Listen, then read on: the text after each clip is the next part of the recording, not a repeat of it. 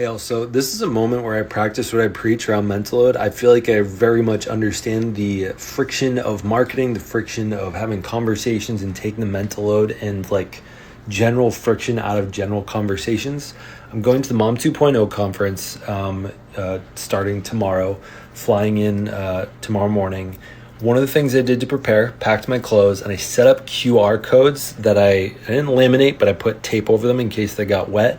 And I'm just going to have this either hanging off my backpack or my belt loop. What I noticed last year is a lot of time I kept saying, oh yeah, what's your What's your Instagram? And then they'd say, oh, well, it's this thing. And then I have to type it in. Especially if we're talking about, yeah, let's collaborate on something. All the time, it was so much easier to not fumble with your phone, but just have them be able to pull up your account super quick. Furthermore, one of the things they'll be looking for are people that I might want to have as podcast guests. So I also have my podcast booking link on here. Being a person in sales that used to, book meetings with people, assuming the close, I would say all the time, hey, does Tuesday at 9:30 a.m. work for you? Similarly, I can't tell you how often I've seen it happen is like, hey, will you come be a podcast guest for me? And sure, send me an email right here.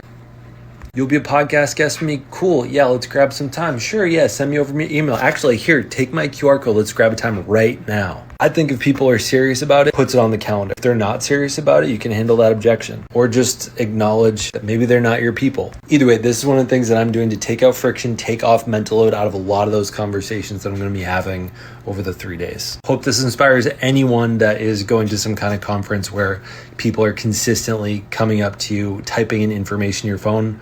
Take the mental load out, make up some QR codes. It's 2025.